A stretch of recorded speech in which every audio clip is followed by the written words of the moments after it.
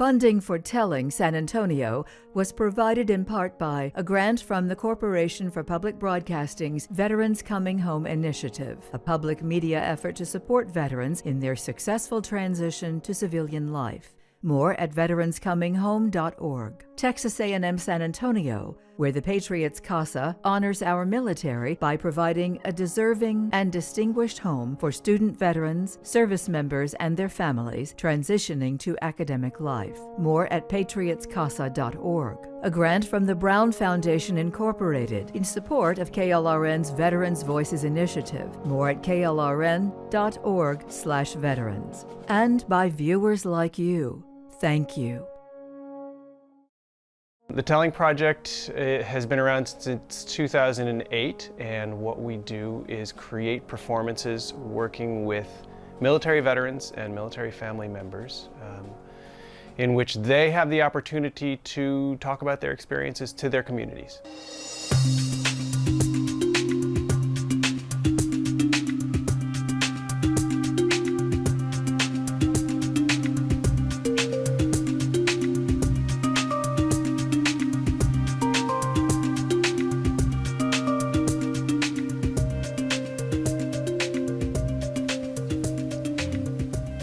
It was 1980. I graduated from high school. Where do I go? What do I do? There wasn't a lot of encouragement for higher education at that point, especially in my family, for a girl.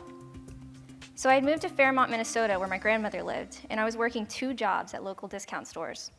And honest to gosh, I happened to see Private Benjamin. And probably about 3 weeks later, I was walking around downtown Fairmont and looking at these 2 pay stubs that paid my rent and a payment on this little car that probably should have been in a junkyard. There was a recruiter's office, and I was like, okay, why not? What the heck?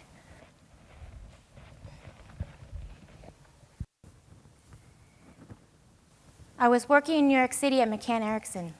I was a graphic designer, and 9/11 happened, and it absolutely changed my life. So I kicked it around for a while and decided the best thing to do was to serve my country. At the time, I thought it was the right thing to do. I joined the military in 1996, and I would love to say it was for some big philanthropic noble cause. But really, I was just tired of paying a gym membership, and I wanted to get fit. So they wouldn't let me in the Navy because I sleptwalk. They wouldn't let me in the Air Force because I told them I sleptwalk. By the time I got to the Army recruiter's office, I figured, I'll just keep that information under wraps.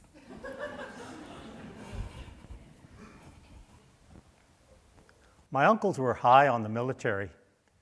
The service had given them opportunities that were unavailable at that time to young Latinos growing up in South Texas, where discrimination and racism still existed.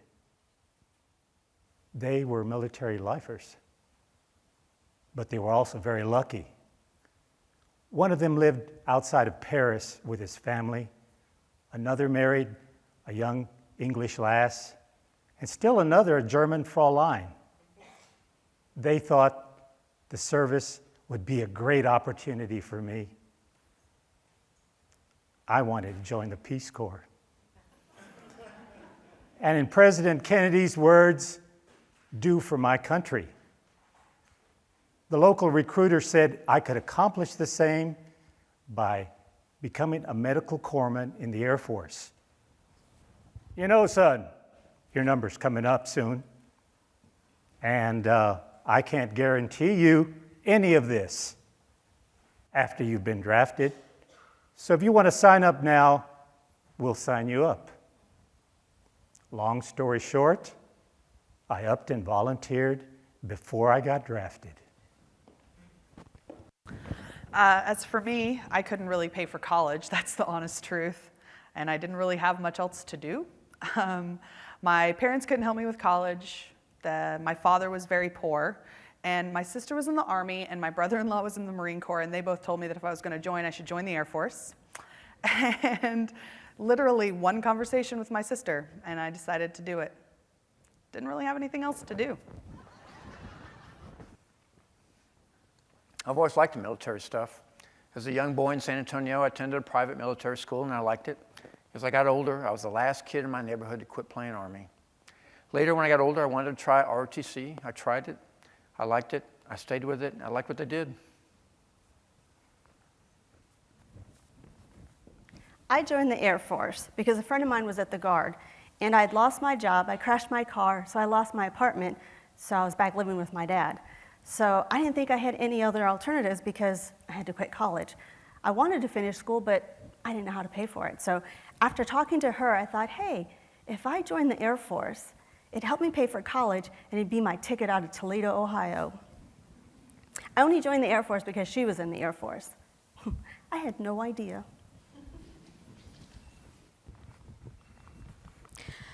My dad was in the military, so when he was stationed at Brooks, I was born here. We traveled around, came back, graduated high school here. Then my dad got stationed at an Air Force base in North Carolina, which is how I ended up in college in North Carolina. My brothers couldn't be in the military because they both had asthma, so I was pretty much the only one left to do that legacy for my father. I don't know if there was an expectation, just helping the legacy kind of live on. 1997, I was a student at the University of Kentucky. I was a National Merit Scholar, and I really felt like I was spinning my wheels. I wasn't in a good place mentally. Saw an article on CNN that the Army needed soldiers, and I said, I can do that.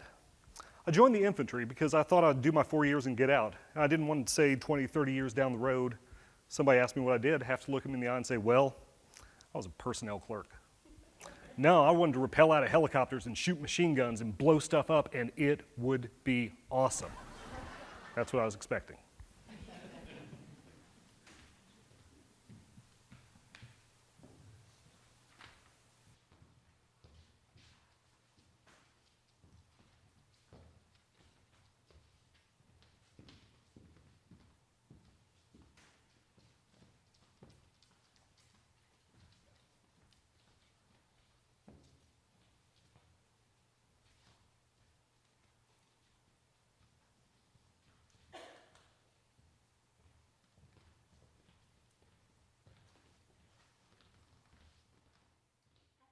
The best advice somebody gave me before I went to boot camp, she said, you're getting paid to do what you're told to do, and they're getting paid to tell you what to do. Easy money. If you don't take anything personal, you'll be fine.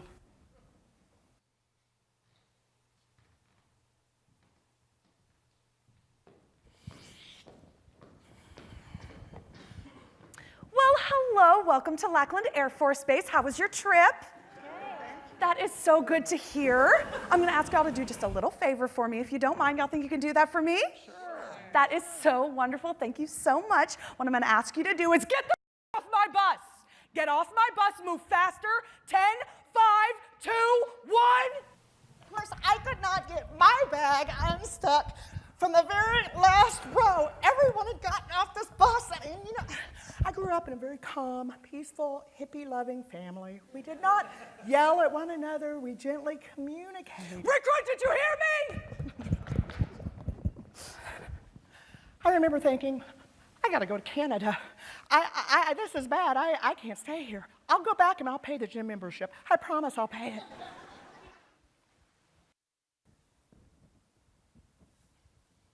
Company, attention.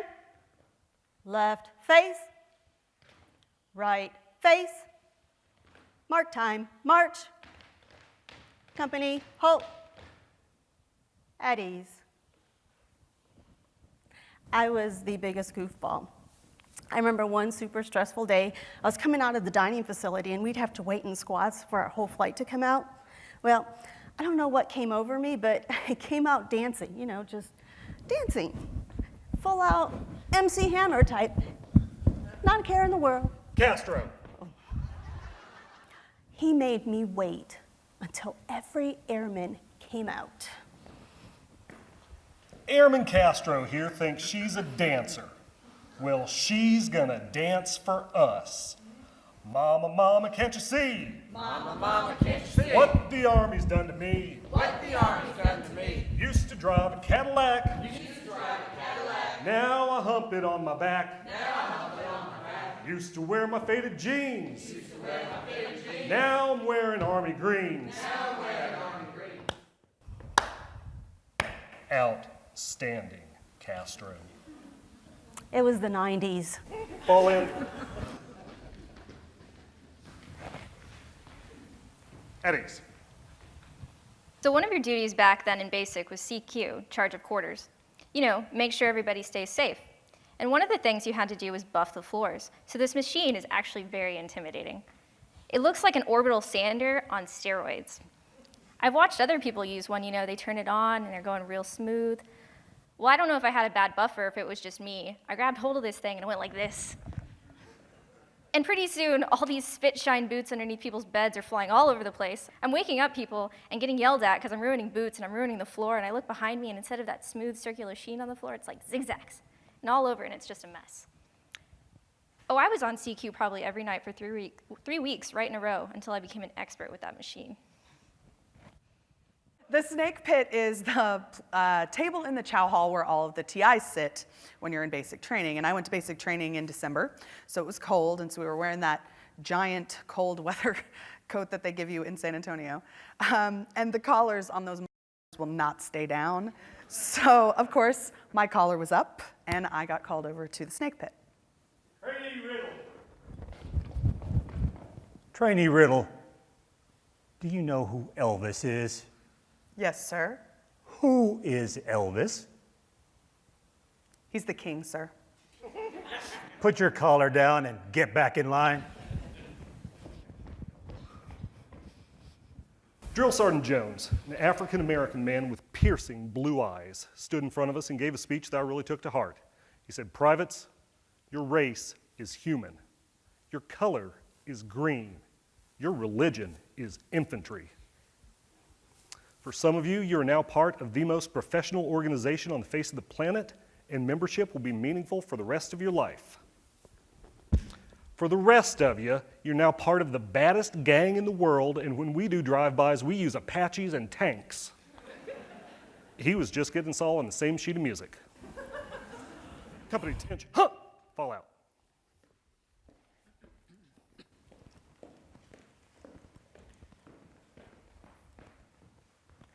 After basic training at Lackland as a medical corpsman, I was assigned to the 859th Medical Group at Bergstrom in Austin. It was a strategic air command base with KC-135 refuelers and B-52 bombers, 24/7. Our motto: peace is our profession. One of my duties was to inspect and maintain the base nuclear fallout emergency kits. These kits were stored underground in the bomb silos. The kits were 4 square feet in size, and they contained some valuable items like potassium iodide pills, but mostly it was first aid supplies. Now here's the rub. Here we had weapons capable of massive destruction, and right next to them, we had these kits with bandages in case we were struck by a nuclear warhead. It was like something out of a Kurt Vonnegut or Catch-22 novel. Go figure. In late 1963, we were awaiting the arrival of President Kennedy from Dallas.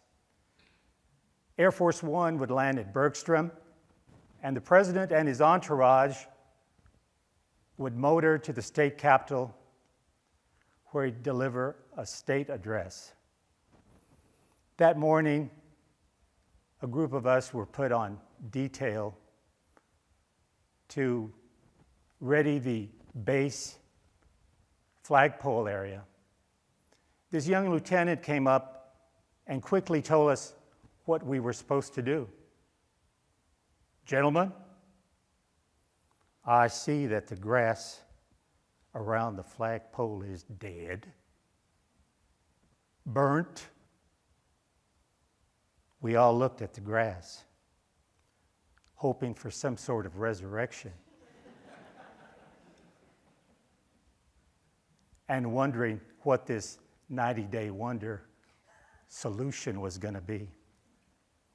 And then he lit up and he said, "Green, I want you to paint it all green. So we were issued paint canisters, and we sprayed everything green, olive green. We were just about finished with the detail when we heard the base air raid sirens go off. And just as quick, these two air policemen drove up in their vehicle, ran out, and went up to the flagpole and began to lower the flag to half-mast. We were like, hey, what's going on? Hey, man, look, the paint's not even dry.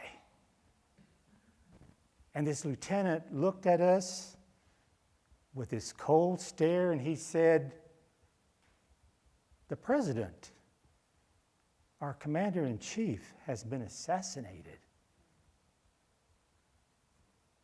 Have some respect. We were like in a panic. We stood at attention to observe a moment of silence. And this airman standing next to me, he began to quiver and shake, and then he collapsed. He was a Native American, and he let out this long howl and passed out. I was about to break rank and see if I could render aid when the incessant wailing of those sirens began anew.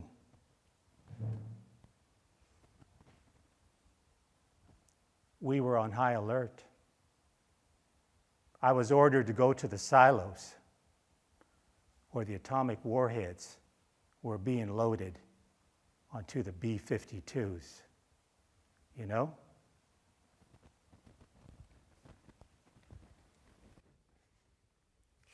Well, I grew up in the military. I am the daughter of a career Air Force man.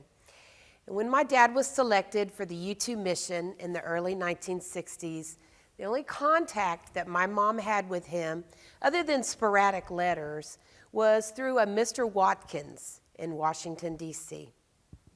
After Power's plane was shot down over Russia, it was through Mr. Watkins that my mom and other families found out that they'd be joining their airmen, not at a base in Japan, but at Edwards Air Force Base in California. And that's where my memories begin of my dad's B-4 bag. It was just a standard Air Force blue issue garment bag with his name, rank, and serial number stenciled on the side. The bag was always kept inside our front door. And when the bag was there, my dad was home. When the bag was gone, he was too. We never knew. My mom did a great job keeping her family strong.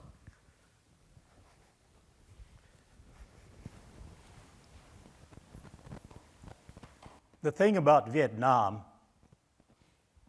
was that when I enlisted, we were a mere 15,000 advisors over there.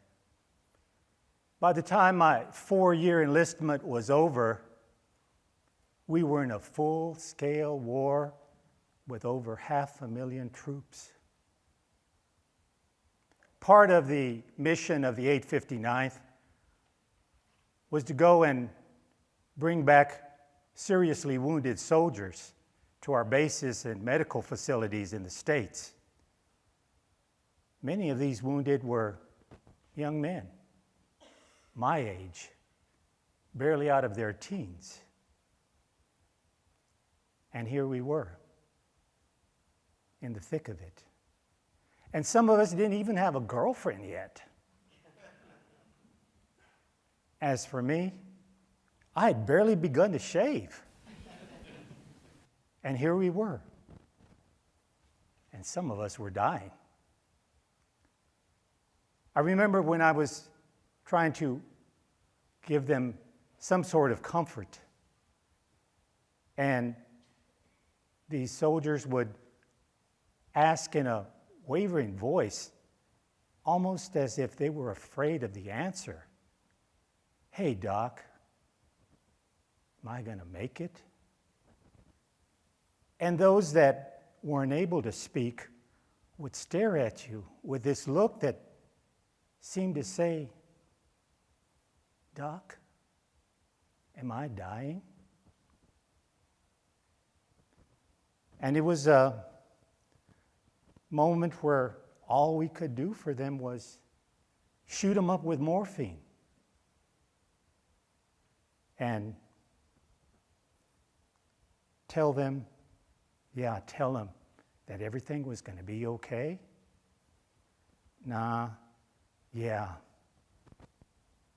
Everything's going to be okay. My brother joined the Air Force a year after I did. He was stationed at Da Nang Air Force Base at the field hospital there. So was his wife until she got pregnant.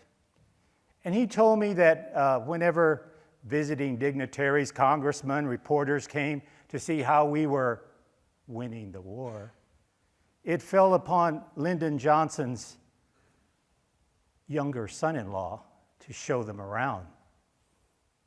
The younger Lyndon, Jr., as they called him, had special privileges, officers' clubs privileges. So whenever the VIPs arrived, he'd take off his civvies, put on his fatigues, and show them around the base, but forgetting to show them the bombed-out field hospital. This made my brother very angry. He wasn't alone. Many of us were beginning to question, why are we in Vietnam? Back home, protesters were in front of the White House chanting, "Hey, hey, LBJ, how many kids did you kill today?" And young kids our age were burning their draft cards. And here we were, stuck in the middle between a rock and a hard place. If you go downtown in this military city, USA, and you pass the city parks and happen to go underneath one of the freeways, you'll see them. This ragtag band of homeless vets still fighting the Viet Cong in their heads. And whenever I go to a convenience store, there they are, panhandling. And invariably, one of them will come up to me and say, "Hey, buddy, where did you serve?" And if you tell them, if you even mention the word Vietnam, you've struck a raw nerve. And for these walking wounded, that inner battle reignites and brightly burns again. After my TDY, I came back to Bergstrom. I was assigned to the base hospital maternity ward. Here I was, urging, asking, expecting moms to push harder. That's the spirit. Seeing the bloody new life issue from the womb, hearing the joyful cry of a newborn babe. And I said to myself, "Hey, you saw the same thing back there, only it wasn't death issuing forth, only it wasn't life issuing forth, it was death. And you're in a situation now where it's more important to think about living instead of dying." And that, my brothers and my sisters, set me on the straight.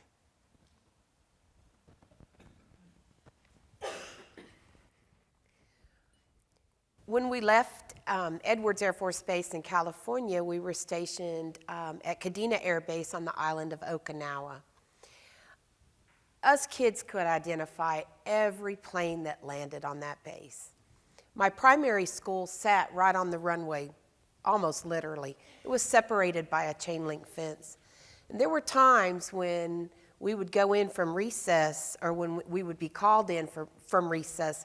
Before we did, we'd line up and we'd wave at the planes, because with what was going on in Vietnam, we knew that a lot of those young guys would never see American children again. Geography and social studies were always so easy in school.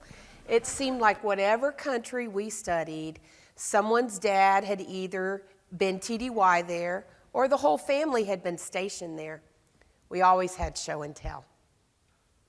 When we came back to the States, by this time the conflict in Vietnam was in full force.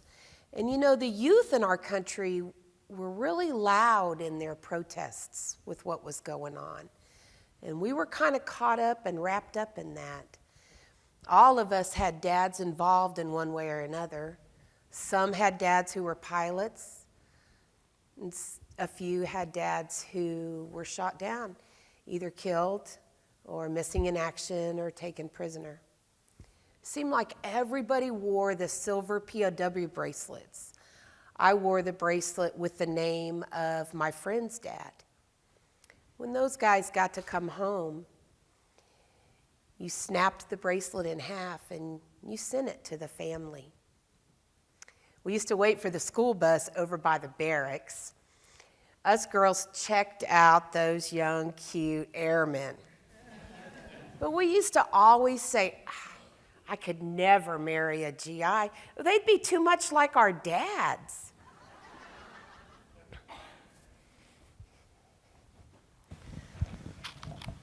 I had just completed basic training and what the Army calls AIT, Advanced Individual Training, and I was on my way to my permanent duty station in Würzburg, Germany.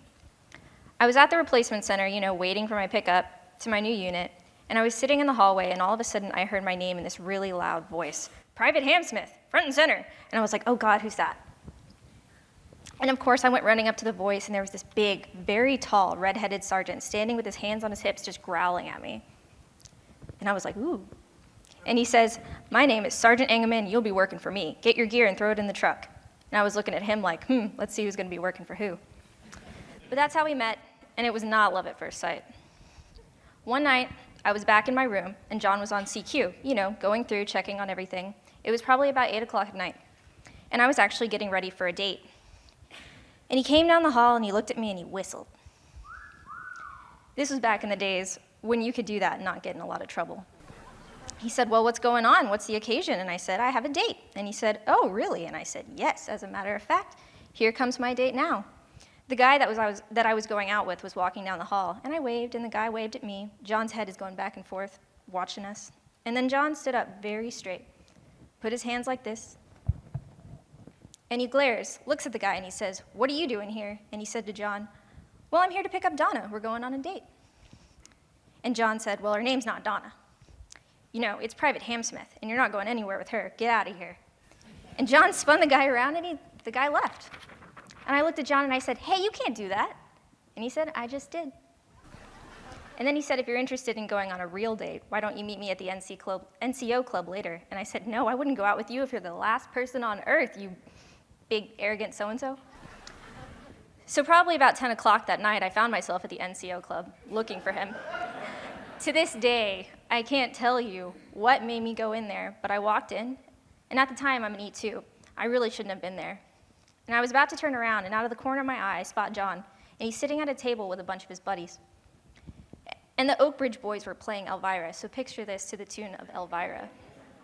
I looked over, and we made eye contact, and he jumped up from his chair, and he tripped. He tripped. And here's this big, huge guy, so self-assured, and he trips. And he just turns beet red. And beet red and running towards me to say hi. And I think it was at that moment that I fell in love. It evolved from there. We were married about 1.5 years after that.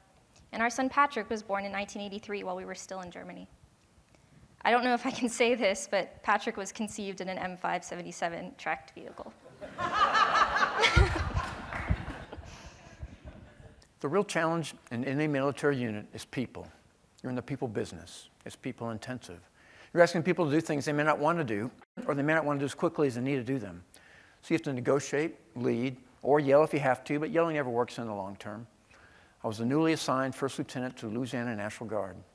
I had not yet been to infantry officer basic course. I didn't have my uniforms yet. I show up to those guys and they're kind of freaking out. Who is this guy? I was with them for about a year and a half before I did go to the infantry officer basic course, learn your basic skills as a lieutenant. But before I went, I knew something important already. You listen to the people who make sense, and they had a lot of NCOs who made a lot of sense. I listened to them, they kept me out of trouble, and they made me look good. I was a lawyer. From Monday through Friday, I was a lawyer. On weekends, I was a warrior. I was an infantry officer. I'd go out sneaking through the woods, put my face paint on, and kill bad guys.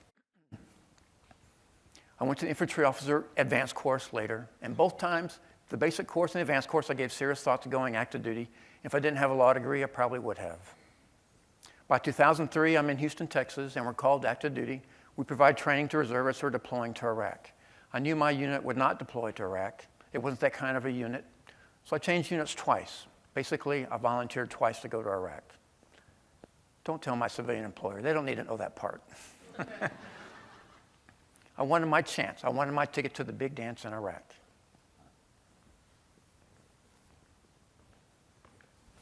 I worked for Fort Campbell Courier, and it was a newspaper with a circulation of about 36,000 soldiers and their families. And we were a 4-section newspaper. We had news, sports, leisure, and community.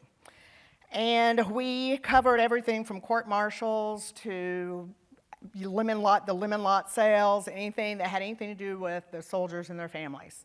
And it was actually during this time when I was working for the Courier that Tom Hanks and Steven Spielberg came down. They were doing research on the 101st for Saving Private Ryan, and so it was our job to escort them around the installation.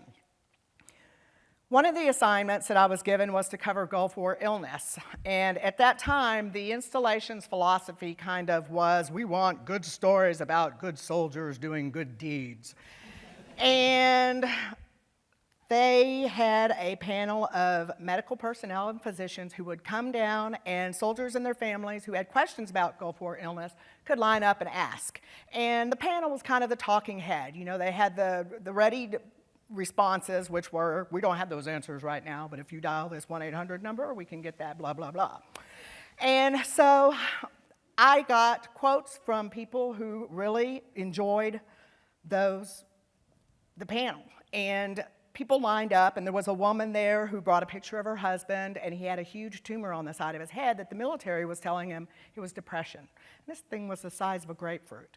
There was another woman who brought a picture of her dead fetus and had questions as to what the Gulf War illness had done with that. And the answers were all clinically the same. We don't have those answers for you right now, but if you blah, blah, blah. So I got the quotes from the people that were very appreciative of the panel coming, and I got the quotes from the people that were not at all satisfied that the panel had come and thought they'd just blown a bunch of hot air. And I submitted my story for review. When I got the story back, they had pulled all the negative quotes. And I don't know who I thought I was, but I said, well, you know what, take my name off that, because that's not what I wrote. I got good quotes from people that thought it was useful. I got bad quotes from people that didn't think it was useful. The people that didn't think it was useful were angry because they didn't get the answers they wanted, and they had a right to be angry. Well, they ran my story as it was. I don't know anybody else who was left at Fort Campbell for as long as I was, but I was there for 5 years, and I didn't move one iota. I joined the military to travel. I didn't think it was very fair. Anyway, I had gotten married, and my husband was in 5th Special Forces, and we had just moved all of our stuff into our brand new house when 9/11 occurred. I remember I was in the van, returning it from the move, and I think the second plane, I had just heard the second plane hit. And I just remember driving the van and thinking, here we go.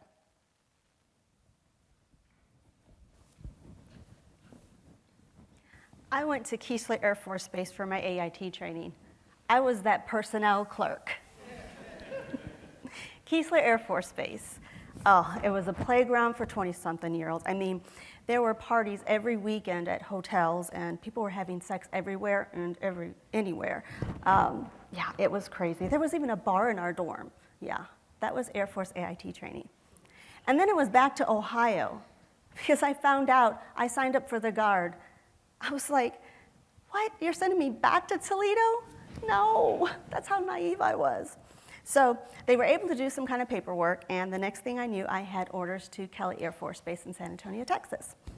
My first roommate in Texas was actually one of my best buddies from boot camp, and I actually met my husband in Austin en route to my duty station. He was at UT at their Army ROTC program, and then a year later he graduated and he was at the OBC, and then he worked at BAMC. So yes, he was an officer and I was an E2. And back then that was frowned upon. But it was my understanding that as long as they're not in your chain of command, and there's no issue. Well, I did have a really good experience at Kelly. Well, that was until this one tech sergeant started bothering me and asking me to go out with him all the time, and I kept turning him down. But one day he overheard a conversation I had, and he found out I was dating an officer. Oh, this guy was relentless about telling me, you're not allowed to date officers. But at the same time, he's always flirting with me in a really gross, perverted kind of way, and telling me and showing me why I should be going out with him and not this officer. And I kept turning him down, but that's when I started getting called into the commander's office about my performance. I was even asked about the officer I was dating. You know, when I look back at it now as an adult, that was sexual harassment. Because when it all went down, it wasn't him they sent out of the section, it was me, the lowly little airman. They sent me into this little room where I was taking photos for military IDs all day long. That's where I stayed until I was like, yeah, I think I'm done. This is a bad situation. And when it was time to re-enlist, I didn't. Gene and I did get married. I PCS'd with him to Hawaii for a couple of years, and then we PCS'd back to BAMC, but our marriage lasted about 6 months after that. We started having problems. We separated and divorced. But 2 years later, we started seeing each other again and talking about the things that went wrong in our marriage, and I went to move with him at Fort Campbell, and we remarried. Now, I remember the phone ringing, and I was taking a bath. I was 9 months pregnant, and no rush to answer the phone. So after several phone calls, I thought, okay, something's wrong. So I get up, and I go, and I listen to the messages, and it's Gene. Their first message is, turn on the TV, we're getting bombed. Click. Second message was, I don't know what's going on, pick up the phone. Click. And the third message was, I can't call anymore. Click. So I go and I turn on the TV, and I watch the second attack live on the Today Show. I couldn't believe what I was watching. So I go and I try and call him, only to hear all circuits are busy over and over and over again. I couldn't talk to him, couldn't talk to anyone because all post communications were down. So there I was, 9 months pregnant, no family around, and I can't talk to anyone. Well, he came home. I don't remember if it was that night or it was early morning. It was all a blur, but he did come home to pack his duffel bag. And he looked at me and he said, we need to figure out what we're going to do. And this was because the 101st was now on alert, which meant he was on 24-hour notice. And I'm still 9 months pregnant.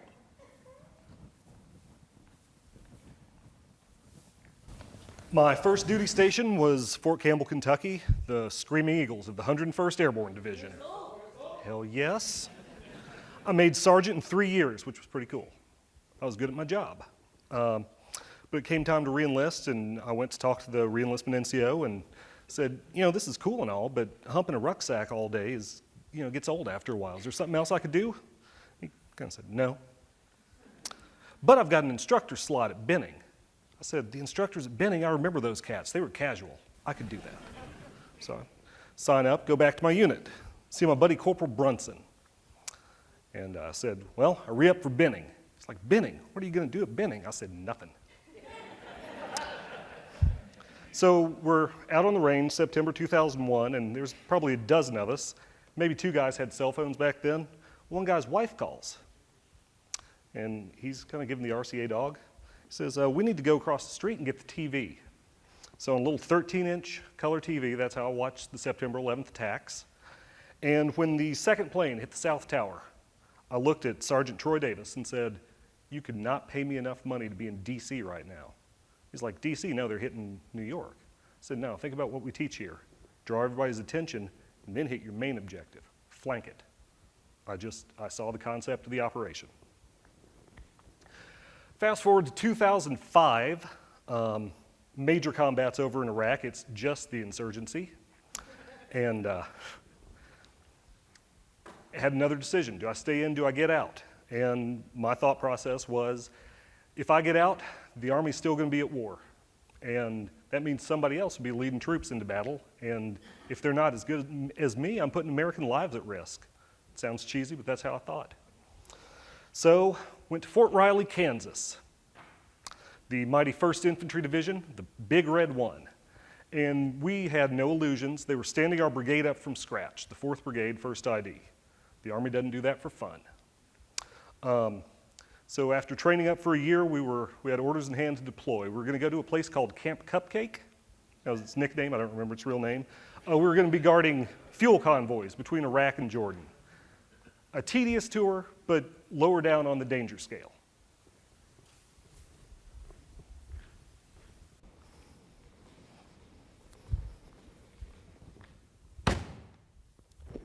Two weeks before we're wheels up, President Bush comes on TV on a Wednesday night and announces the surge.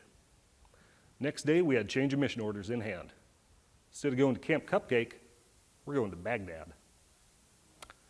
Aw dang. Things got real serious real quick.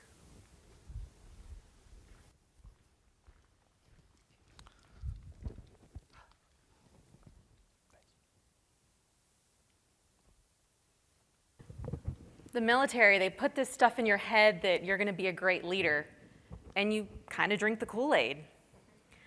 I was a 2nd lieutenant, and I was like, I'm going to be great. I'm going to lead this platoon. And then you realize you've got people that are twice your age that have been in twice as long that you're supposed to be in charge of. I got shipped to Germany in 2002, and I thought we'd be training and getting ready for war. But we didn't even start to deploy until January of 2003. By then, I was the executive officer of the company, a 1st lieutenant. In Iraq, I was the TC, tank commander, not in a tank, but a Humvee. I had a 4-seater Humvee. And we crossed into Iraq during the first surge in 2003. And we would be driving for days and hours on end, and we would be so tired, it was so hard to stay awake. And I remember this one time there was a convoy, and there was a huge dust storm, and we ended up losing our convoy. We had no GPS, we had no maps, no radios. The only thing we had were our handheld walkie-talkies that we bought at the PX in Kuwait. So me and my driver were like, what the hell do we do? So we pull over, we wait a little bit, vehicles nowhere to be found. Bunch of tanks come up, and so we're like, all right, let's get in with the tanks. So a little Humvee, we get in with these tanks and we're driving. And we eventually end up catching up to our convoy. And in Iraq, you just drove for hours on end. And we ended up in what you call a TAA, a tactical assembly area. And it's a whole battalion, and you set up in a triangle. You have one company on one line of the triangle, one company on the other, and one company on the other. And that's where we slept. We slept in our Humvees, we slept on the ground, we slept on the hoods, and we started to run out of food and supplies. And so battalion supply came up to me and they said, hey, do you want to go try to find some supplies, some more equipment? Sure, let's go. So I talked to my company commander to get permission, and he's like, no, don't go, you're not going to find anything, don't bother. I didn't listen and I went. So here we are, 2 or 3 Humvee vehicles going back into Iraq, back through combat territory to look for food, supplies. And so we're driving and we end up coming across this National Guard unit. And a guy, before we even got out, he screamed out my name. and I think he recognized me from college. And I used it. I went up to him, I said, hey, look, we're out of food, we're out of supplies, we're out of water. Can you give us anything? We weren't on anybody's list. We weren't supposed to get anything. He's like, all right, look, that Connex over there, the pallets of water in there, they tip, so we can't use the forklift to get the water out. He said, back your Humvees up and fill up as much water as you can. So we did. We backed our Humvees up, and we were stuffing it in between seats, in between our feet, on the dashboard. We got so much water, we had to put more air in the tires. And he came out before we left, and he had these boxes of Skittles, Oreos, cookies. He's like, hey, here, take this. I was like, all right. So I took it. So we drove back through combat territory, back to our TAA, where our battalion was, just setting up in the middle of nowhere. And me and my soldiers, we drove back and forth the company line, making sure everybody got equal amounts of water, equal Skittles, equal cookies. And my soldiers, they were like, all right, LT, we're going to make it. We're going to be fine. Conveniently, we didn't give our commander any cookies.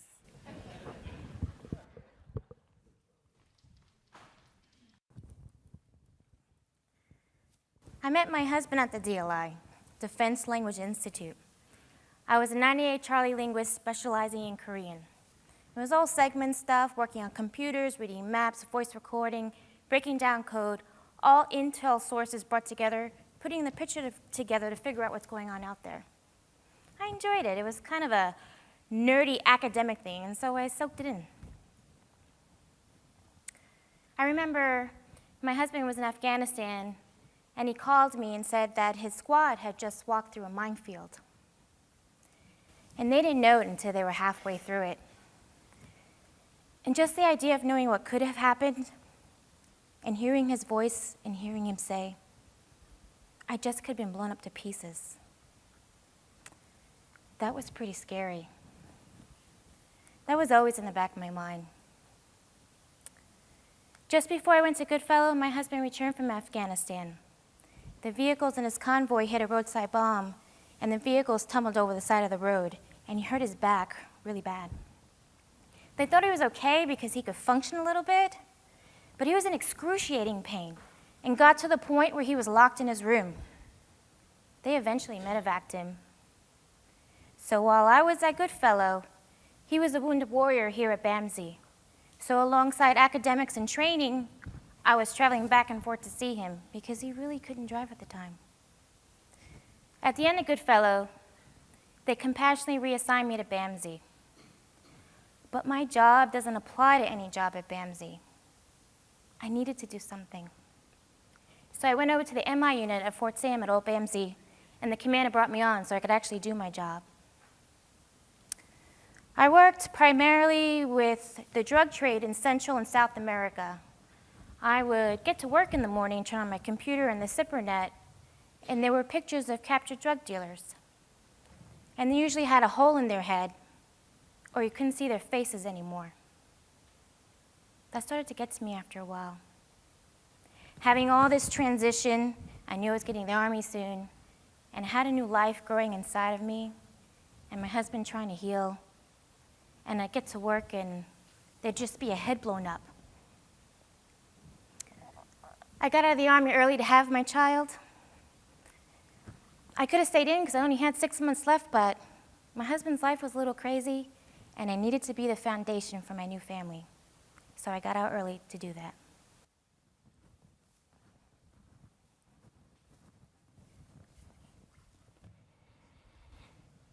November 2001 was my discharge date. So September 11th, 2001 came and went, and everybody was gearing up to go, and I silently discharged from active duty and went into the National Guard. And I remember thinking, this is strange if everybody's gearing up to go and they're letting me out. It was very hard to watch all my buddies getting ready and getting geared up. I remember thinking, if they need all these people, then why are they letting me go? Pretty soon after that, after I got out, the 101st did deploy. And so I quietly watched it all go. My husband had deployed with Special Forces and actually had returned back, and he was only gone, I think, 2 or 3 months before he returned. And I knew that there was a period of readjustment when you get back from a deployment, and I usually gave him about a week for him to get home and get his sleep habits kind of straightened up. And then, you know, thanks for serving, appreciate, glad you're here. Could you please get up in the gutter and get the leaves out of the top because we need some housework done. And that kind of thing was going on. But, you know, this deployment was different. When he came back from this one, he didn't come back the way he was supposed to. He was diagnosed with schizoaffective disorder and hospitalized for weeks at a time in a psychiatric hospital. For some reason, when he came home, his unit court-martialed him. I had no idea what had happened. Nobody told me anything. There were no explanations. So he cleared that court-martial. I was pregnant, and I took a job in Tennessee, and they court-martialed him again, and still don't know why. And we expected that he would clear that court-martial and then come and join me in Tennessee, but he never came. So my daughter was born in Tennessee, and my husband was in a psychiatric hospital in North Carolina. Everything that they teach you in the military tells you no man left behind. But I'd left mine behind.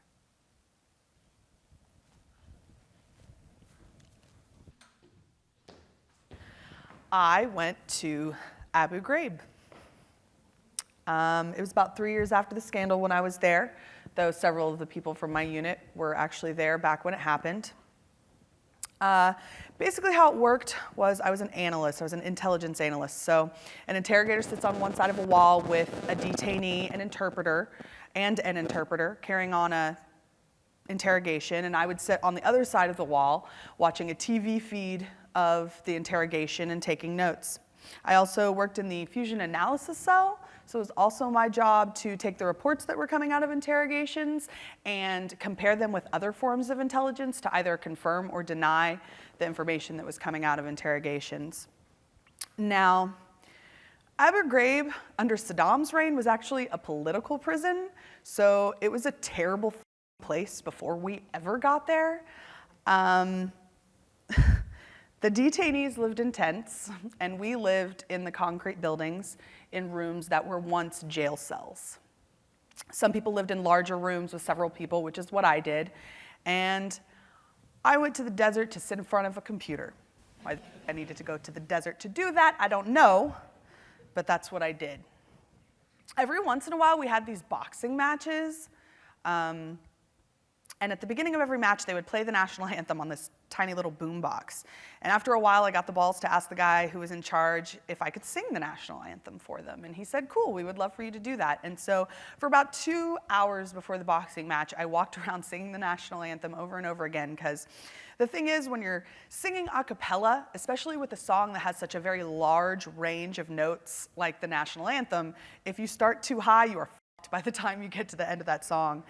And so I ended up starting it in too high a key, of course, but it wasn't too bad. And it was this amazing experience because it was still home, you know, when we were so far away from home and wished so bad for it. And standing in the middle of that ring, surrounded by people all standing at attention, wearing my helmet and my boots and my uniform and my vest and my weapon, both of my weapons. And never before and never since have I ever felt that much pride, not ever. It was just really beautiful. My ticket to the big dance was Civil Affairs. I knew Civil Affairs would send me somewhere. By March of '05, we report to Fort Jackson, South Carolina for general training. Then we go to Fort Bragg, North Carolina for more specific Civil Affairs training. By June of '05, we're in Iraq. It's hot, it's really hot.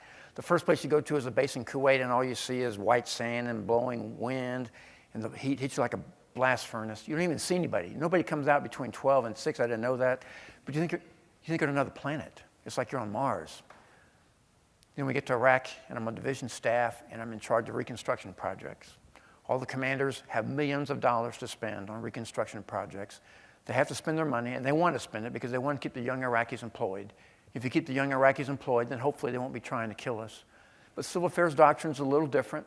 Civil affairs doctrine says you don't spend money just to spend it. You have to leave something behind. You teach a trade, build a factory, or do whatever you need to do. You leave something behind.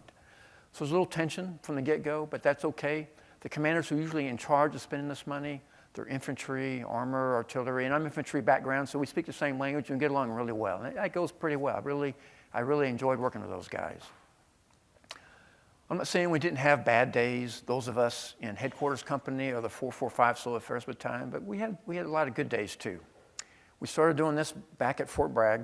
All of us would do this. We'd come to attention. We'd go, "Arrgh!"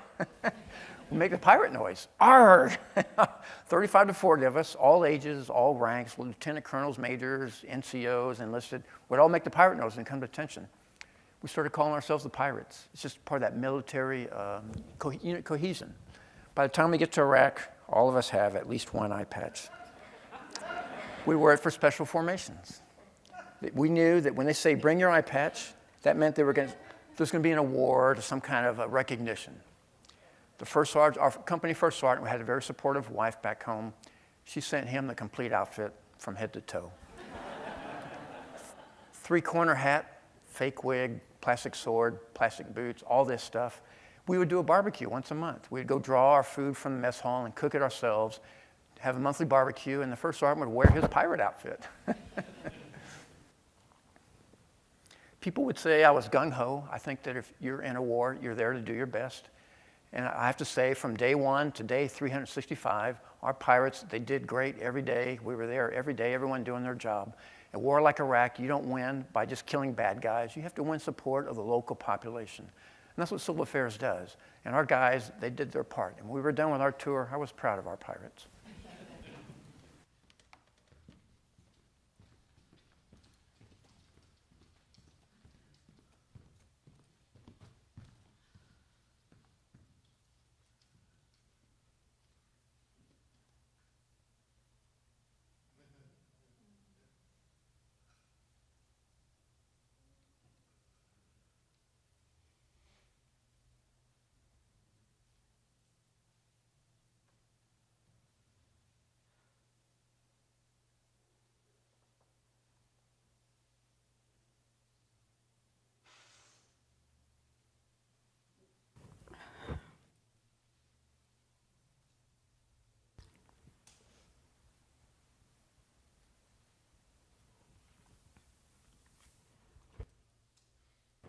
In Iraq, there was a situation in my tent.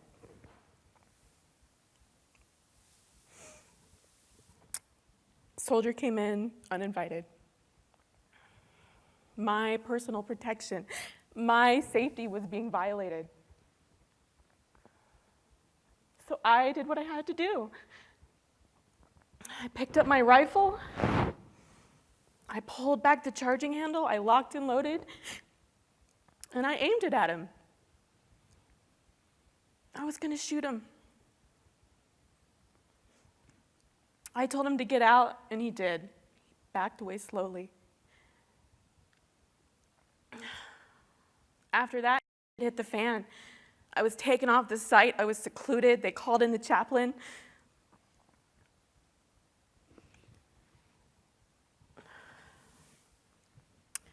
I talked to my commander and I said, well, what was I supposed to do? What should I have done? He said, you should have let him do what he was going to do and then report it later.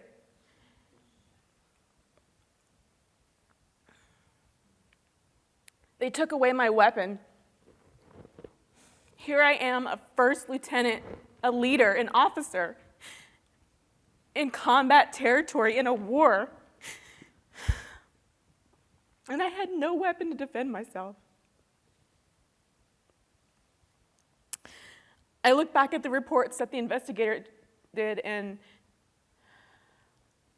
they asked somebody, they said, if she would have told him to stop, would he have stopped? And they said, no, he wouldn't have. They tried to handcuff me and charge me with assault with a deadly weapon. I stayed there for months, not doing anything. So a couple months later, they arranged a medevac flight for me to go back to Germany to get more care. But I didn't understand. I wasn't suicidal. I wasn't screaming. I was fine. But I did what I had to do to protect myself. So our OERs, they're officer evaluation reports, and these are the things that they follow us. They follow us with our career. And I knew I was screwed. My career was done. And you know what they wrote on there? They relieved me for cause, and they wrote, poor decision making. Poor decision making. I look back, and every day I think, you know, in hindsight, maybe I should have given my commander those cookies.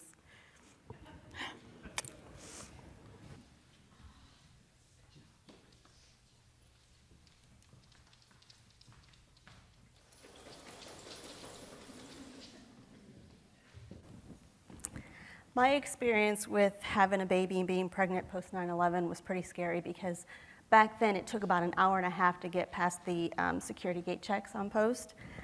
But when I went into labor, Jean was able to cut the lines, maneuver, turn around, and get through the gate. When the guard saw that I was in full labor, he looked at him, saluted him, and said, "Air assault, sir." And we were in. Our son was born September 27th, 2001. I was so glad Jean was able to move us on post before he did deploy. But I do remember that first deployment process. Entire families following their soldier to each issuing checkpoint until it was the final one.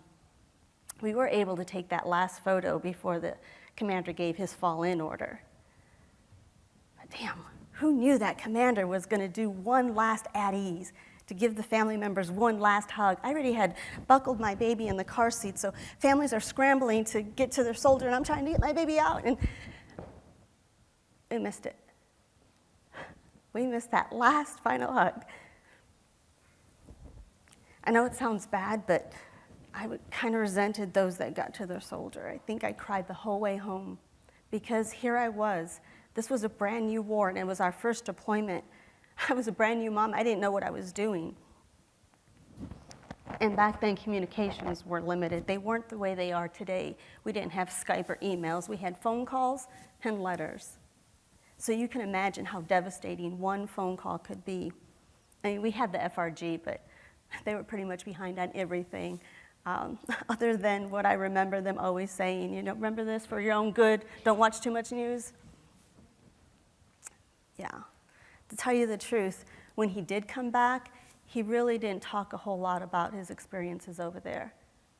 The way I saw it, leaders are expected to be strong for their soldiers and be there and listen to their issues, solve some of their problems, because back then, soldiers were afraid to have PTSD on their records. So really, who did the leaders get to talk to? There are times, just last week, where he says something, and I'm like, oh, you never told me that.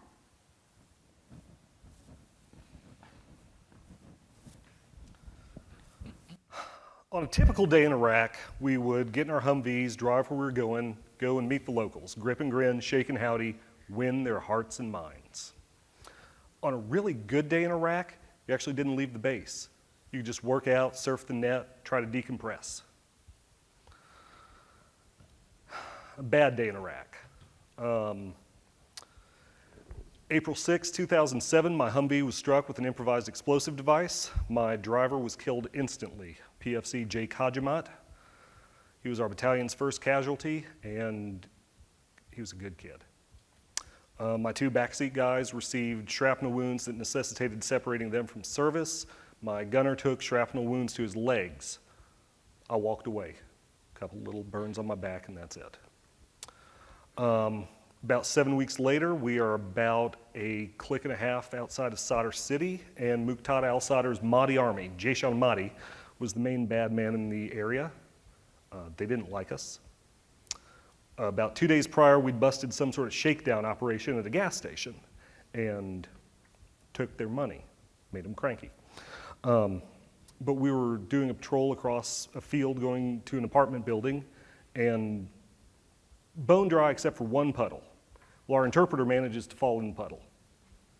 And he's soaked head to toe in water and mud, and Iraq does not smell good, and Sesa at that point did not smell good, so I was turning to laugh at him. And suddenly I found myself spun 90 degrees to my right. It's true what they say, you don't hear the one that gets you. A sniper had shot me in the upper arm. Now, if he'd been a foot over, he would have hit those heavy-ass ceramic plates we wear. I would have had a bruise. Had he been a foot over and a foot up, thanks for playing. So I go back to see our medic, and he's cranking a tourniquet down on my arm, and that's when training really kicks in. Because you look down, you're like, well, there's red liquid. That's blood. It's bright red and spurting. Okay, it's arterial. This is straight out of the manual. Got this. But then I looked down and really got upset because I was bleeding on my boots. They were my best pair, the ones with the good sole. So I was mad. They transported me to a local aid station, and procedure there is that the medics cut your uniforms off you to make sure there's no other wounds on your body that you hadn't noticed in the process of getting shot. The night Kaj was killed, the only damage any of my equipment took was the t-shirt I was wearing. There's a pinhole burn between the shoulder blades, just looked like somebody hit it with a lit match. So, what do? I sent it to the cleaners. You only got so many shirts with you in a war zone. And, time would pass and it would come up through the pile, and I'd flip it open and see that hole, fold it back up, put it on the bottom of the pile, say, no, it's a bad karma shirt. That happened a few times, and finally I said, John, you are an adult. This is cotton. It has no intrinsic properties. Put on your damn shirt. So as I'm laying there in the aid station in fob loyalty, watching him cut that damn shirt off me, I was thinking to myself, I wish I could cut you myself. I am so happy to see you go. It was a bad karma shirt. And that was the end of my tour.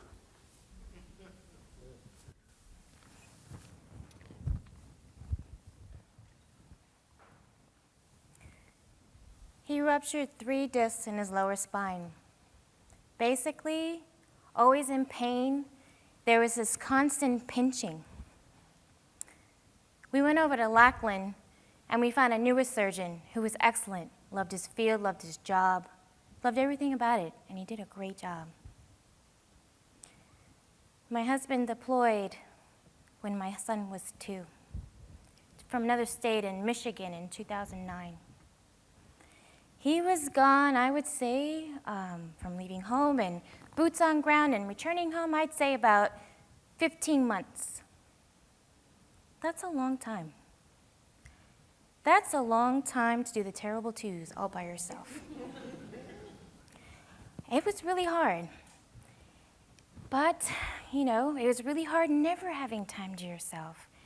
But I would remind myself and say, he probably doesn't have very much time to himself either. So we're doing this deployment together. We have a neighbor who is a recruiter, and she'd always dress up in her Class A's and B's to go to work. And she knew my husband was going to deploy. We told her that, just keep a lookout. She was Army too.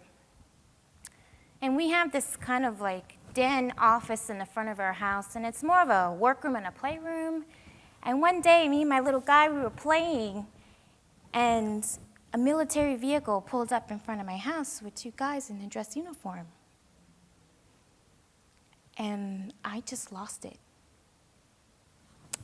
That was really hard.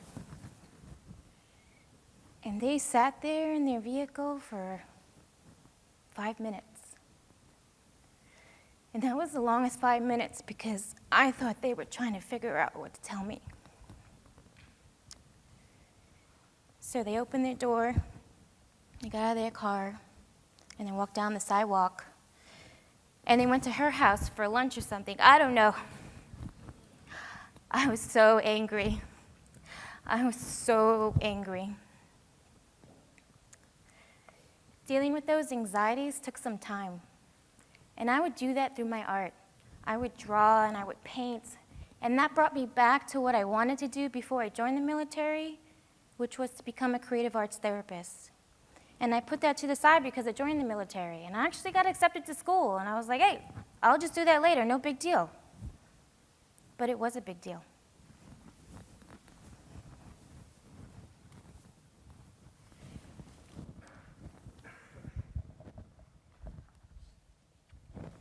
All the way up until the moment he gets on the plane, you're like, well, maybe something will happen. Maybe the mission will get canceled, you know, he won't leave, he won't go. And then you see something in his eyes. And I saw it in Desert Storm 2 in Korea, and I saw it when he went to Kosovo. They live for that. This is their opportunity to do what they're trained for, what they're so good at. I would also see how much it tore him apart to be away from us. I would often look at the Army as the other woman, you know. She would call him in the middle of the night, and he'd drop everything to go running to her while I got the dirty laundry. We were always up front with the kids. When they saw the duffel bag or suitcase, it was like, is Daddy leaving? And I was like, Dad's gotta go. We had just reached another milestone in the family. I had finally graduated from college. I was on the Army's 20-year plan. You know, go take a few courses at this installation and you wait till they have more courses you need or until you have more money. And I was the first member of my family to get a college education. John never completed his. He started here and there, but always put it off in order for me to go. So it was Mother's Day, and the university where I was at in West Virginia had an internet feed. So John got to watch me, and I walked across the stage. As soon as I got home, he called and he said, I saw you and you look so awesome. I'm so proud of you. I always tell people that degree is actually both of ours because I'm not really allowed to do math in public. And he just is this absolute math whiz. And so owns the math portion. This is terrible. John's deployed to the desert, busy keeping the world safe for democracy, and I'm emailing him my homework asking, can you help me with this problem? Our neighbors' children used to leave their bikes in our driveway. At about 6:30 the next morning, my doorbell was ringing. I thought it was the neighbors' kids coming to get their bicycles before school. So I just jumped out of bed, walked to the front door, and I threw it open and said, oh, did you guys leave your bikes again?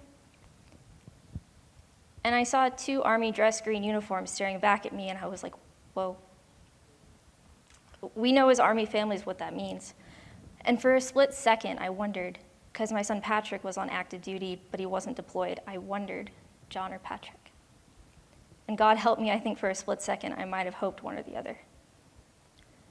So I'm reaching for the door handle to lock it so they can't come in, and they're reaching for it to open it, and they're asking me my name, and I'm like, you know, trying to shut the door, and they put their foot in the door, and I was thinking, how can this be? I just talked to him the day before.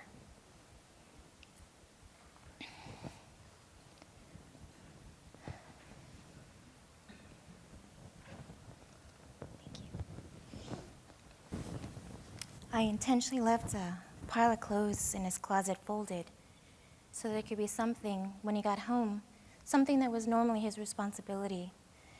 And little things I could put to the side so that when he got back, we could start doing those things again. I think it helped. We did a lot of R&R, no expectations, just the 3 of us relaxing, enjoying each other's company, and him catching up on some sleep, which is really important after a deployment.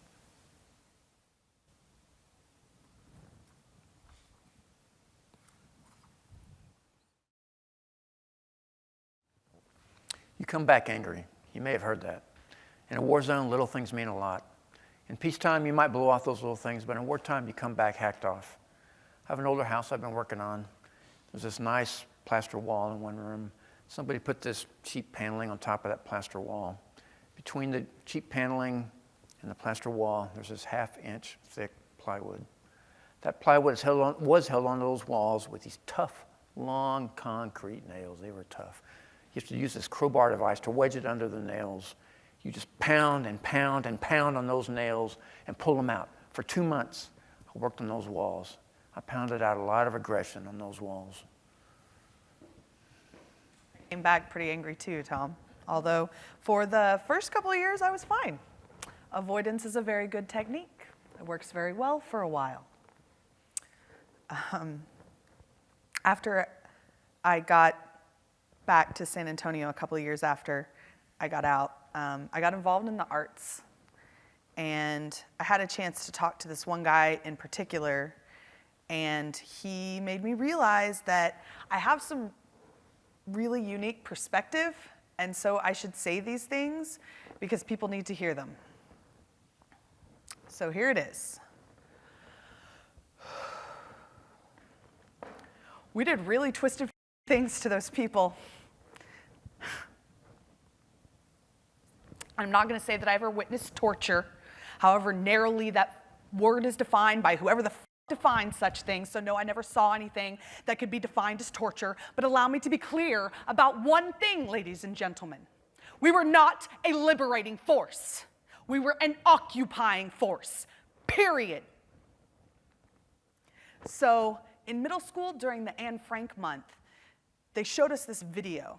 And in one particular segment, it showed a bunch of Jews standing in this line of showers, right? And the idea was that they were thrilled to get a shower after being liberated from a concentration camp by the Americans because the soldiers who ran that camp never let them shower because they said they were dirty people. That sounds so but I heard that exact same justification all the time at Abu Ghraib. This is the desert. They live here. It's really hot here. They're used to this. They're used to sweating. They're used to the disgusting smell that comes from the camps in which they live. We only think it's disgusting because we're not used to it like they are. And all of it, not just that, but everything they ever told me all just sounds like now. And here's the kicker, guys. Y'all ready? There were children in those camps. 10-year-old kids. Any of y'all got a 10-year-old at home? Yeah. And they were so tiny and so fragile. So if anyone, really seriously anyone, could explain to me how putting children into a prison camp is necessary to protect the freedoms of the United States of America, I would really love to hear that. Yeah, that's what I thought. After I came back from Iraq, I noticed a lot of anti-Muslim comments. I didn't notice that before. When I was in Iraq, I worked with a lot of Iraqis, and they were wonderful people. They were great. There was one woman who worked for me, Selma. Worked with her every day for 365 days. Selma. We had this report that we had to send to Corps once a month. We called it the Corps report. Biggest report I ever saw. 3 Excel spreadsheets. 650 rows, 40 columns, all filled with minutiae information. I'm infantry. I don't do that stuff. Luckily for me, Selma had been doing that for months before I got there. She worked for me. Worked for my predecessor. And Selma, bless her heart, she would say, I love the Corps report. I love the Corps report. She'd say it twice, not once, always twice. She really loved it. She did. I knew she did. When she would say that, I would say to myself, God, Allah, whoever sent me this gift, words can I convey my gratitude. I never had to review that crazy Corps report. So yeah, after I came back, I would get a little pissed when I would hear people making anti-Muslim comments. After I came back, we lost Selma. She was captured by the bad guys. But I know that somewhere up there in Muslim heaven, there's this short little Muslim woman looking down and smiling because she kept one infantry lieutenant colonel from having to review that stupid Corps report.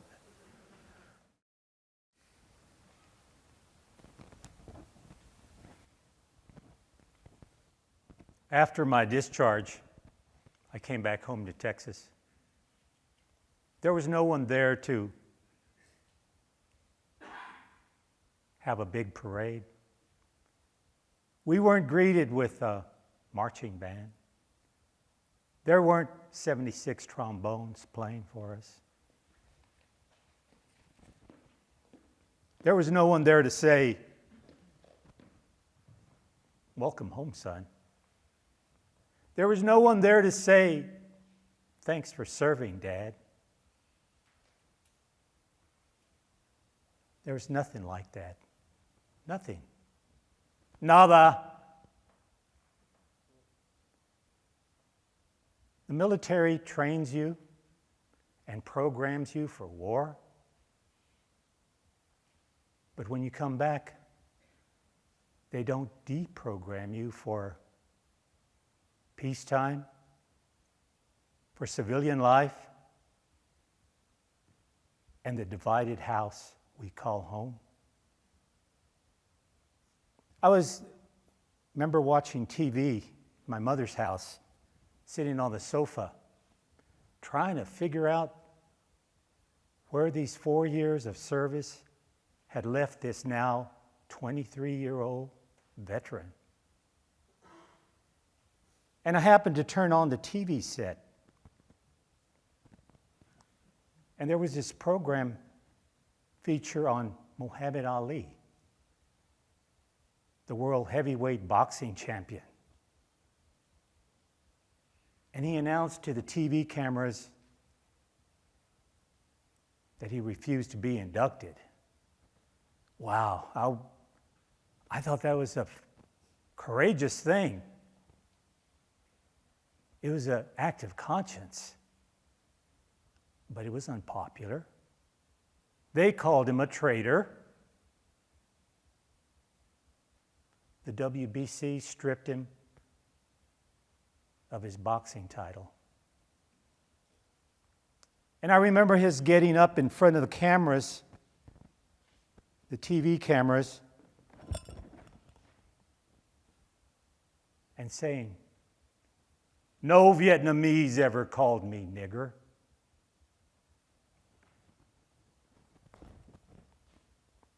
And that resonated with a lot of us minorities who were serving in disproportionate numbers in Vietnam. And then, as if to answer his critics, he said, "What's going to happen when I come back home? They're still going to treat us the same."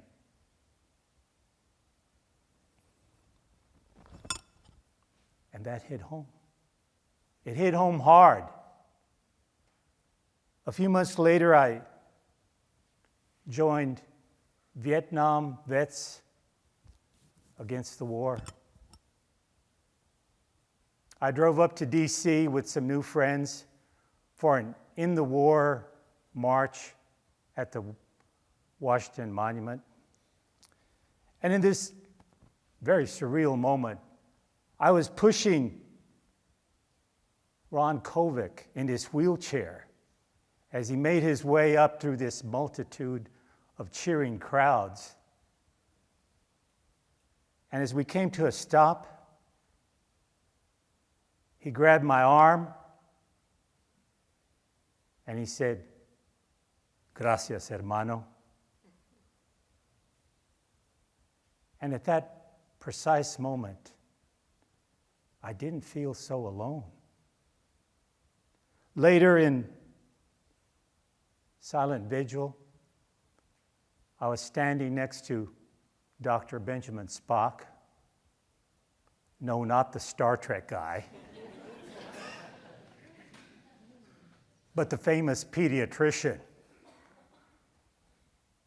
And afterward, I said to him, "You know, my mom has 3 books on her nightstand: the Bible, a Betty Crocker cookbook, and Dr. Spock's Baby and Child Care." He smiled, and then he softly said, "Give Mom a kiss and a hug, and tell her that I said she raised a brave American son."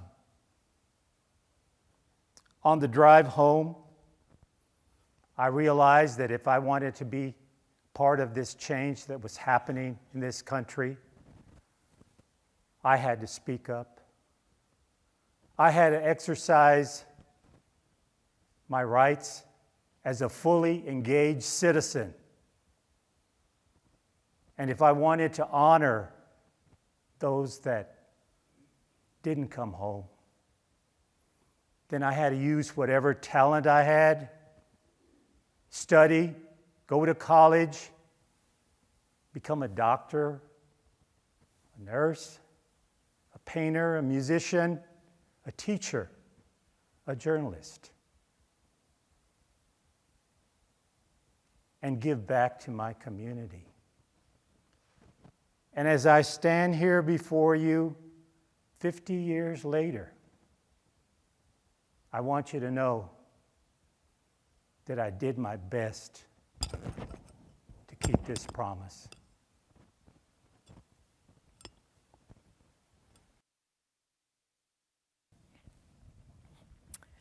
We have this saying in my family, instead of losing your mind or spilling your marbles, we drop our basket. And I dropped my basket about 10 years after I discharged from the Army. I was working for the state of Texas as a probation officer, and I left on the Friday before Father's Day with all the intentions of going back. I was normal and happy and adjusting to life, and the Sunday of Father's Day, I just vapor locked. I couldn't make a decision. I hadn't been eating or sleeping well. I called my parents and asked them to watch my daughter because I had to go for help. I didn't know what the hell was wrong with me, but I knew something wasn't right.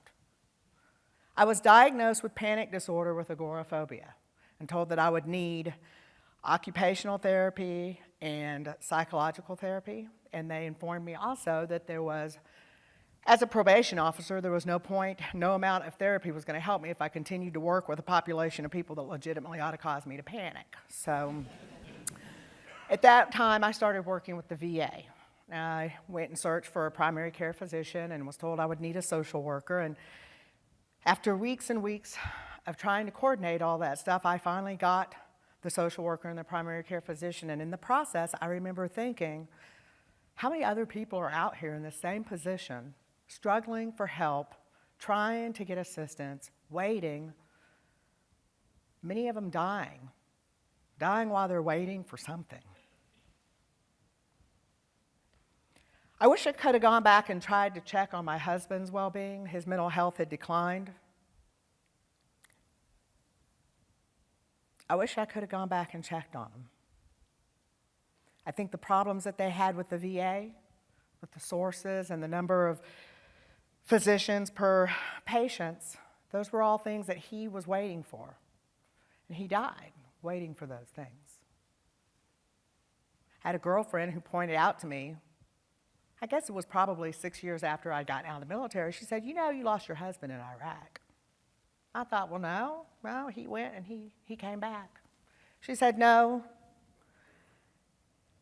he was gone and then he was unable to fulfill his role as a father when he came back. She said, I'm a non-traditional widow.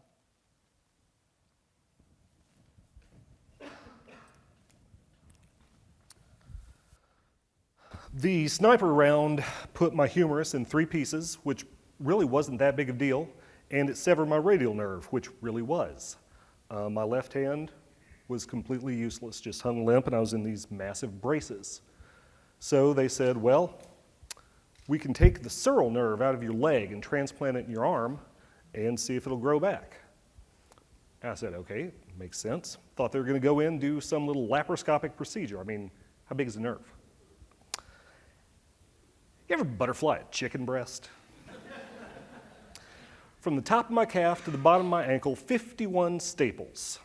I don't know what they'd had to go in to get the nerve out, but they did and put it in. And after a year, we found out that the nerve graft did not take. So it was all for nothing. They said, well, we got another idea. We can do a tendon transfer. I said, another surgery? Fine. And they did, and what made my left hand do that is now what makes it do this, and I physically can't go side to side anymore. As an injury to your non-dominant hand goes, it's really not that big a deal. It's even got a couple of advantages. It is really hard for me to slice when I'm playing golf. They offered me medical retirement, and I took it. And I said, you know, I never liked sitting down in a barber chair once a week to get my hair cut. So I quit doing that. I said, I really never liked waking up and shaving first thing every morning. So I quit doing that. Got really into growing my hot peppers and making wine and fixing my computers.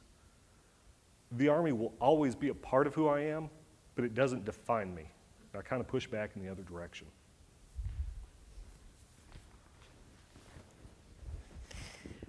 Do you remember when I told you that us girls always said we'd never marry a GI? Well, I met my Patrick on the same base at which my dad had been stationed. And at one point, a couple of my girlfriends from junior high school, they had married GIs too, and we would push our babies in their strollers on the same sidewalks that at one time we rode our bicycles on. Eventually, the time came for my husband to make that decision. Should he re-enlist or should he separate from the military? And he chose the latter. I was scared. That ID card, that plastic-coated little card, and hearing taps play every night about 10 o'clock, that meant security to me. But I also knew that he would take good care of his family. And he has, and everything's been just fine.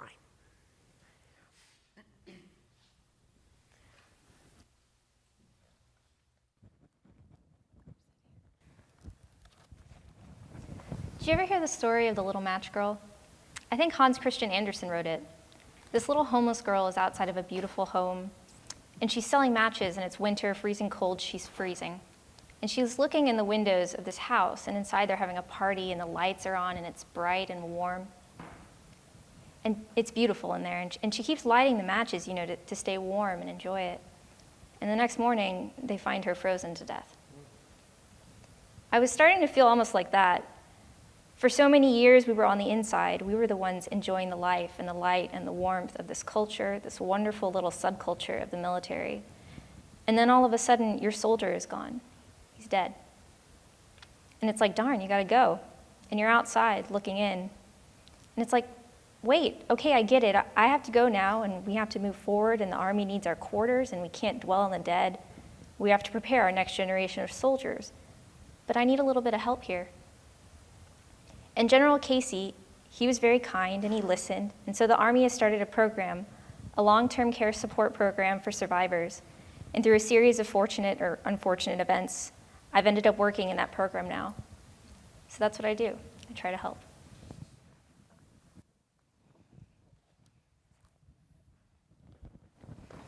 I tried to go to VA mental health care, who has, by the way, a really comprehensive program for dealing with anxiety. It doesn't work for everybody, but they have a very comprehensive program for it. But I felt slighted because at the time I wasn't really suffering from anxiety. I was suffering from guilt. I still have a lot of guilt over my war experience, obviously. In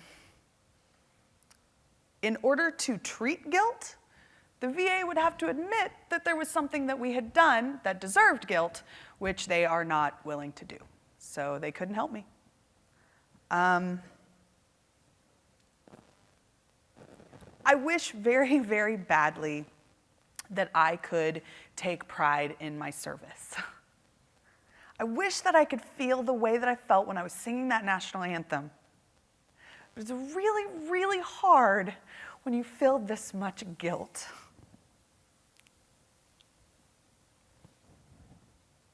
I wish I could feel pride.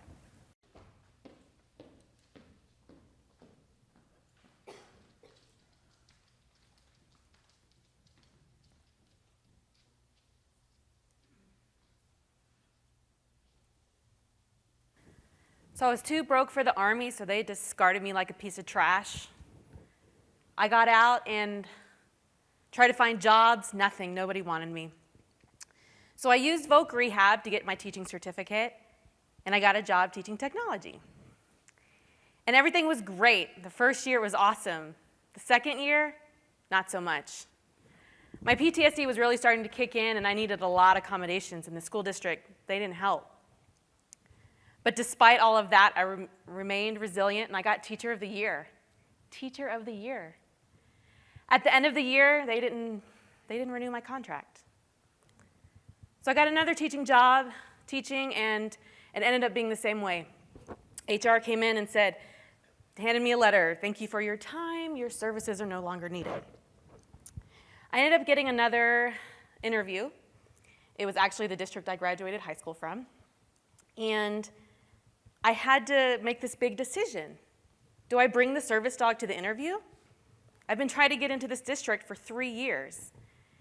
And I woke up that morning of the interview and I decided I'm not going through this crap again. I can't.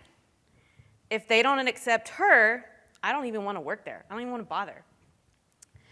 So I woke up and I decided I'm taking her to the interview. And during the interview, she stayed under the table the whole time, and the interview went really great. And after the interview, we stood up and she comes out from underneath the table, and everybody's like, oh, we forgot there was a dog there. And I said, well, good, because that's exactly how it's going to be in the classroom. By 5 o'clock that same day, they offered me the job. The first day of school, they made her a dog mat and they embroidered her name on it. And that's where I've been for the last 3 years. They accepted her, and they accepted me. And we've been taking it one day at a time.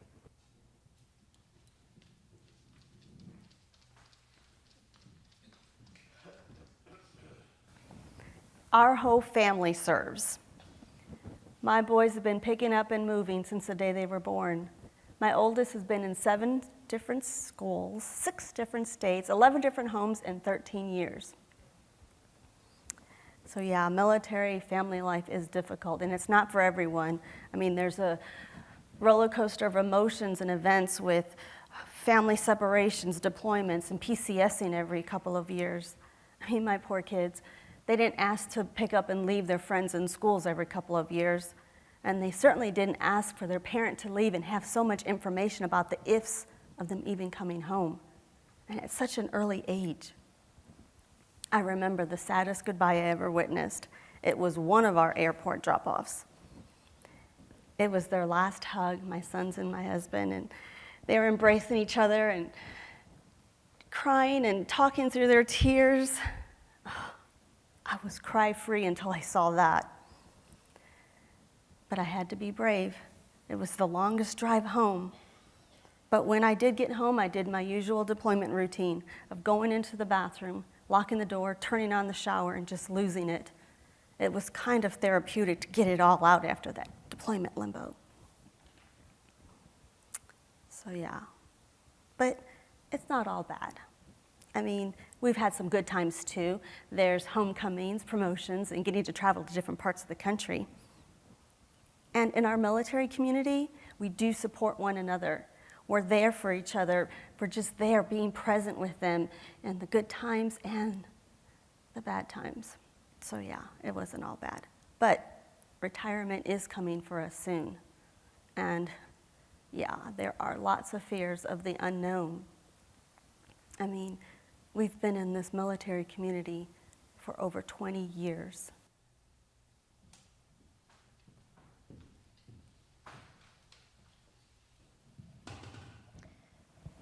There's some days it seems like it was yesterday, and there's some days it seems like, oh God, it was like a lifetime ago.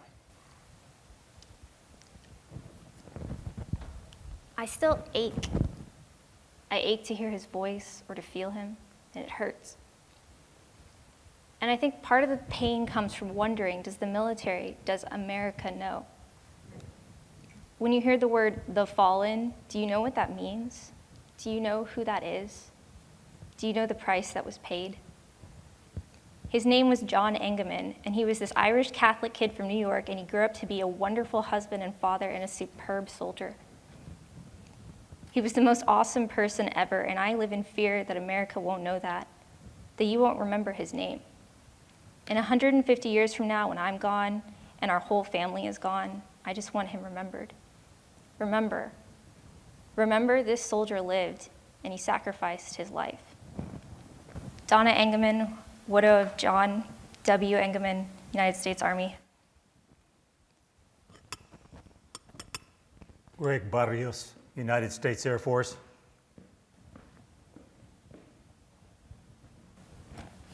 Jules Vaquera, United States Air Force. Linda Fisher, daughter of Kenneth Wright, United States Air Force, and wife of Patrick Fisher, United States Air Force.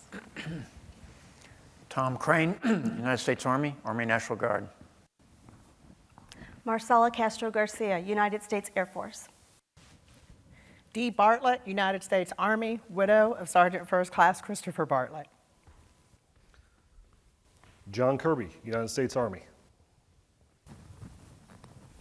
Selena Lorio, United States Army. Carrie Ann Grayson, United States Army.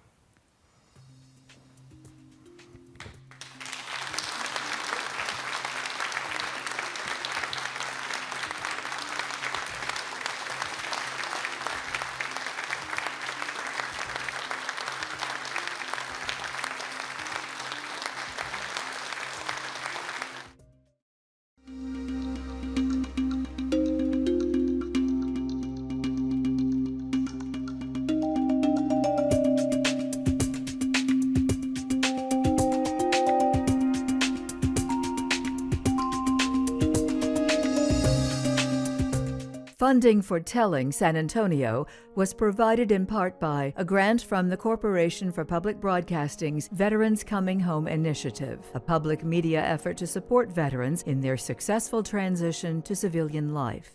More at veteranscominghome.org. Texas A&M San Antonio, where the Patriots Casa honors our military by providing a deserving and distinguished home for student veterans, service members, and their families transitioning to academic life. More at patriotscasa.org. A grant from the Brown Foundation Incorporated in support of KLRN's Veterans Voices Initiative. More at klrn.org/veterans. And by viewers like you. Thank you.